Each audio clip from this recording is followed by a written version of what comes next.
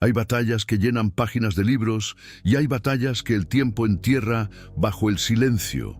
Vitebsk es de las segundas. Una ciudad bielorrusa en la que durante más de un año, desde finales de 1943 hasta junio de 1944, decenas de miles de soldados alemanes y soviéticos se mataron en un ciclo de ataques y contraataques que no cesó ni un solo día. Una batalla que costó cientos de miles de bajas, que agotó divisiones enteras y que terminó con una de las derrotas más catastróficas que la Wehrmacht sufrió en todo el frente oriental, y que hoy, 80 años después, casi nadie recuerda. ¿Por qué? ¿Cómo es posible que una batalla de esa magnitud, librada durante más de 6 meses en condiciones de brutalidad extrema, haya quedado sepultada en los márgenes de la historia, mientras Stalingrado y Kursk concentran toda la atención? La respuesta es parcialmente política, parcialmente narrativa y completamente injusta con los hombres que vivieron y murieron en ese sector del frente. Vitebsk no produjo una victoria clara que los libros de historia pudieran celebrar. Produjo meses de sufrimiento estático, seguidos de un colapso tan rápido que la derrota llegó antes de que nadie pudiera procesarla completamente. Y las derrotas sin épica visible son las que la memoria colectiva tiene más dificultad para preservar. Para entender Vitebsk, hay que situarse en el mapa del frente oriental en el otoño de 1943. Alemania había perdido la iniciativa estratégica en Kursk ese verano y el Ejército Rojo avanzaba en múltiples sectores con una potencia que el ejército alemán ya no podía detener en campo abierto con los recursos disponibles. El repliegue alemán desde las posiciones del verano de 1943 fue caótico en algunos sectores y ordenado en otros, pero en todos los casos significó ceder terreno que llevaba años en manos alemanas y que el alto mando no tenía manera de recuperar con las fuerzas disponibles. En ese contexto de retirada general, Hitler impuso una doctrina que sus generales discutían en privado, pero obedecían en público: las ciudades fortaleza. La idea era simple en su formulación y catastrófica en su aplicación. Determinadas ciudades serían declaradas Festung, fortaleza, y defenderlas hasta el último hombre, independientemente de lo que ocurriera en los flancos. El argumento estratégico era que esas ciudades fortaleza fijarían fuerzas soviéticas que de otro modo podrían ser empleadas en otros sectores, que anclarían el frente y que impedirían la fluidez de movimiento que el Ejército Rojo necesitaba para sus grandes operaciones de cerco. Vitebsk fue declarada ciudad fortaleza, y esa declaración, que sobre el papel sonaba a determinación defensiva, fue en la práctica la sentencia de muerte de las tropas que iban a quedar atrapadas en ella.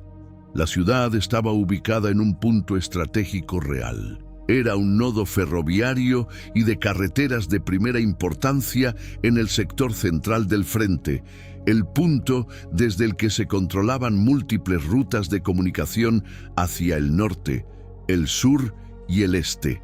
Perderla significaba ceder una posición desde la que el ejército alemán podía amenazar los flancos de cualquier avance soviético en el sector. Mantenerla significaba anclar ese sector del frente en una posición que el grupo de ejército centro podía usar como referencia para organizar su defensa más amplia. Eso era la teoría. La realidad que los soldados alemanes que llegaron a Vitebsk en el otoño de 1943 encontraron era algo más inmediato y más brutal. Una ciudad rodeada de terreno que en invierno se convertía en una trampa de frío y barro. Frentes de varios kilómetros que había que defender con divisiones que ya llegaban agotadas de los combates del verano y el otoño. Y enfrente, un ejército rojo que no tenía ninguna intención de permitir que la ciudad fortaleza cumpliera su función teórica de anclar el frente. Los ataques soviéticos sobre el sector de Vitebsk comenzaron antes de que el año 1943 terminara y no cesaron durante los meses siguientes. El frente bielorruso y el primer frente báltico presionaron sobre las posiciones alemanas en el sector con una intensidad que los partes de las divisiones alemanas de ese periodo reflejan con una consistencia que resulta agobiante de leer.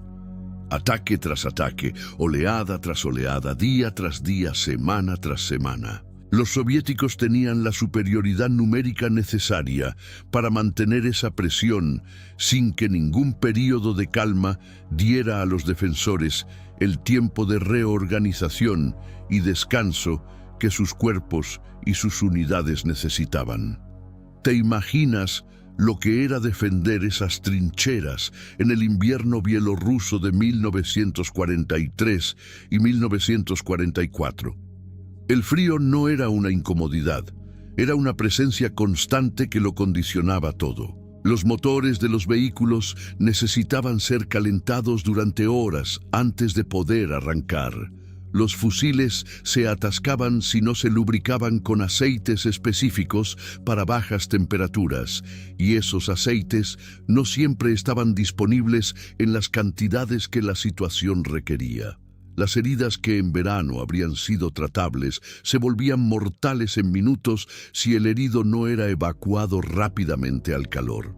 Y evacuar heridos en terreno bajo fuego continuo era una operación que costaba vidas adicionales con una regularidad que los sanitarios de campaña de esas divisiones conocían demasiado bien. Un sargento de una división de infantería alemana que combatió en el sector de Vitebsk durante esos meses, escribió en las cartas que enviaba a su familia en Alemania una descripción de la vida en las trincheras que sus superiores probablemente habrían preferido censurar completamente si hubieran tenido tiempo de leerlas todas.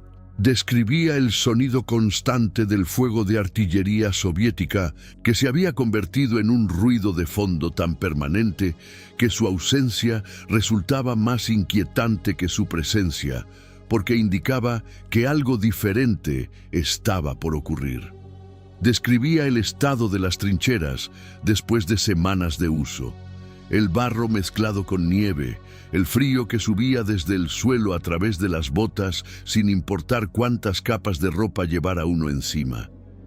Y describía la fatiga, no el cansancio de un día largo, sino esa fatiga acumulada de semanas y meses que cambia la manera en que el cerebro procesa la información y toma decisiones. Los ataques soviéticos sobre las posiciones alemanas en el sector de Vitebsk durante el invierno de 1943 y 1944 tenían un patrón que los supervivientes alemanes describieron posteriormente con una uniformidad que refleja la repetición real de los eventos. Una preparación artillera que podía durar desde minutos hasta horas, dependiendo de la importancia del objetivo y de los recursos disponibles. Luego, el silencio relativo que seguía al cese del fuego, que los soldados en las trincheras identificaban de inmediato como la señal de que el ataque de infantería era inminente. Y luego, las oleadas de infantería soviética avanzando sobre el terreno nevado hacia las posiciones alemanas. Las bajas que ese ciclo producía en los dos bandos eran de una magnitud que los estados mayores calculaban con números, pero que sobre el terreno tenía dimensiones humanas específicas. Cada ataque soviético repelido dejaba el terreno entre las líneas sembrado de muertos, que el frío conservaba en posiciones que los soldados de ambos bandos tenían que ver desde sus trincheras durante días, antes de que una tregua tácita o las condiciones del terreno permitieran recuperarlos. Cada contraataque alemán para recuperar una posición perdida costaba vidas adicionales que las divisiones ya no podían reponer a la velocidad que las pérdidas exigían. La vida de los civiles de Vitebsk durante ese período es otra dimensión de la batalla que las narrativas militares raramente capturan con suficiente detalle. Los que no habían podido evacuar antes de que los frentes se estabilizaran alrededor de la ciudad vivían en los sótanos y en los edificios parcialmente en pie, en una ciudad que los combates iban reduciendo progresivamente. Sin suministros regulares de alimentos, sin servicios básicos funcionando, bajo el fuego de artillería de ambos bandos, que no distinguía entre posiciones militares y edificios civiles, cuando los dos estaban mezclados en el tejido urbano de una ciudad en guerra. ¿Cómo es posible que personas vivieran en esas condiciones durante meses?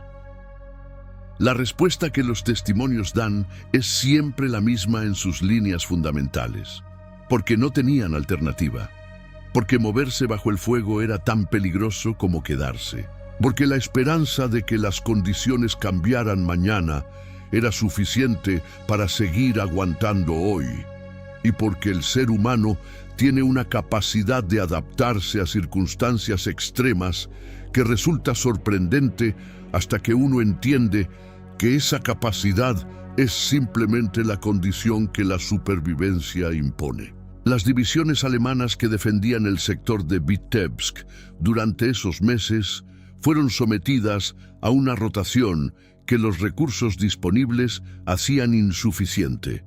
Las unidades que llegaban para relevar a las que habían agotado su capacidad de combate, llegaban ellas mismas, con efectivos reducidos por combates anteriores en otros sectores del frente. Los refuerzos de reclutas que completaban las unidades eran hombres que llegaban con formación básica insuficiente para el tipo de combate que encontraban, y que en muchos casos pagaban ese déficit de formación con sus vidas en las primeras semanas.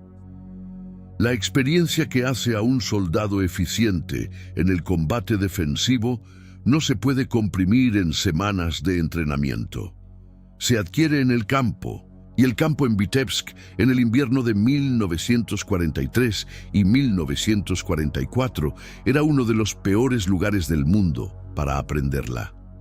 El peso estratégico que la defensa de Vitebsk imponía sobre el grupo de ejércitos centroalemán es otro elemento que los análisis de ese periodo raramente cuantifican con suficiente claridad. Mantener la ciudad fortaleza requería comprometer divisiones que en un esquema operativo más flexible habrían podido ser empleadas de manera más eficiente en posiciones móviles que aprovecharan las ventajas que la doctrina de defensa elástica ofrecía. En cambio, esas divisiones estaban ancladas en posiciones fijas que el mandato de Hitler hacía imposible abandonar sin consecuencias que ningún comandante estaba dispuesto a asumir. El general Georg Hans Reinhardt, que comandó el tercer ejército Panzer, al que correspondía la defensa del sector de Vitebsk durante parte de ese periodo, fue uno de los oficiales que más claramente comprendió la trampa en que la doctrina de Ciudad Fortaleza había convertido sus posiciones. Sus comunicaciones al mando superior durante esos meses reflejan la tensión entre la evaluación táctica honesta, que indicaba que Vitebsk era una posición que no podía ser defendida indefinidamente con los recursos disponibles, sin el riesgo de una catástrofe cuando el ataque soviético principal llegara, y la realidad política de que esa evaluación no era lo que el mando quería escuchar. Fue escuchado tarde, demasiado tarde para que marcara diferencia en el resultado. Junio de 1944. La Operación Bagration, el mayor ataque soviético de toda la guerra, cayó sobre el grupo de ejército centro como un martillo sobre cristal. El frente alemán se rompió en múltiples puntos simultáneamente con una velocidad que hizo imposible cualquier reorganización defensiva coherente. Y Vitebsk, la ciudad fortaleza, quedó rodeada en cuestión de días. Las divisiones que la defendían, aproximadamente 5 divisiones alemanas con sus elementos de apoyo y varios miles de hombres en total, se encontraron en el tipo de situación que la doctrina de Ciudad Fortaleza siempre producía cuando el frente exterior colapsaba. Completamente rodeadas, sin líneas de suministro, con órdenes de resistir que la realidad del terreno hacía imposibles de cumplir de manera indefinida. El general Friedrich Gollwitzer, que comandaba las fuerzas atrapadas en la bolsa de Vitebsk, solicitó repetidamente autorización para intentar una ruptura hacia el oeste antes de que el cerco se consolidara completamente. La autorización llegó tarde, parcialmente, y con condiciones que hacían la operación más difícil de lo que ya habría sido en circunstancias normales.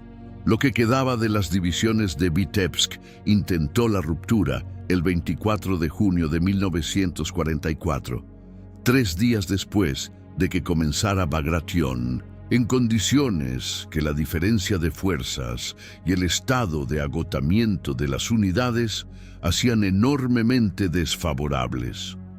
Los que lograron cruzar el anillo soviético lo hicieron en grupos pequeños, desorganizados, habiendo dejado atrás el equipamiento pesado que el movimiento rápido hacía imposible de arrastrar. Los que no lo lograron murieron en el intento o fueron capturados. El propio Gollwitzer fue hecho prisionero. Los prisioneros de Vitebsk sumaron decenas de miles. La ciudad que había costado tanto defender durante tanto tiempo cayó en menos de una semana cuando el contexto estratégico que la sostenía colapsó. El contraste entre el tiempo que costó defender Vitebsk y el tiempo que costó perderla es la medida más precisa de la tragedia que la doctrina de ciudad-fortaleza representó para los hombres que la sufrieron. Meses de combate brutal para mantener una posición. Días para perderla cuando las condiciones cambiaron. Y entre esos meses de defensa y esos días de colapso, decenas de miles de muertos de ambos bandos, cuyas vidas el resultado no pudo justificar de ninguna manera que sus familias pudieran aceptar. Vitebsk no se recuerda como se debería recordar porque su historia no encaja fácilmente en ninguna narrativa. No fue una victoria alemana, no fue una victoria soviética que se pueda celebrar con la simplicidad que los grandes cercos ofrecen. Fue meses de sufrimiento sin resolución, seguidos de un colapso que la propia lógica del sistema había hecho inevitable desde el momento en que la ciudad fue declarada fortaleza. Pero los hombres que vivieron y murieron en esas trincheras durante el invierno y la primavera de 1943 y 1944 merecen que su historia sea contada. No porque su causa fuera justa o injusta, no porque su bando ganara o perdiera, sino porque estuvieron allí y porque lo que soportaron en ese lugar y en ese tiempo forma parte de la historia real de la guerra, independientemente de cuántos libros la ignoren. Vitebsk es una de esas batallas que el tiempo entierra, pero que la tierra no olvida. Todavía hay restos de esa guerra bajo el suelo de Bielorrusia y seguirán apareciendo durante décadas. Son el único monumento que muchos de los que murieron allí tienen.